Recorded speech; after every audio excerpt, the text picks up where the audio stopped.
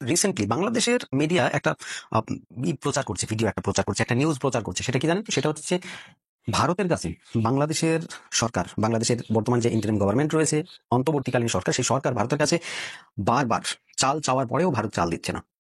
আসলে নিউজটা কতটা সত্য কতটা মিথ্যা সেটা এখনো যাচাই করে বলতে পারছি না, তবে রিসেন্টলি দেখুন হতে পারে এরকম সিচুয়েশন।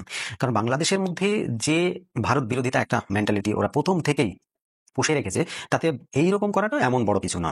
কারণ আপনারা অনেকেই জানেন যে স্থলবন্দর দিয়ে বাংলাদেশ থেকে ভারতে বেশ কিছু খাদ্যদ্রব্যের উপর কিন্তু বা নিষেধাজ্ঞা জারি করা হয়েছে।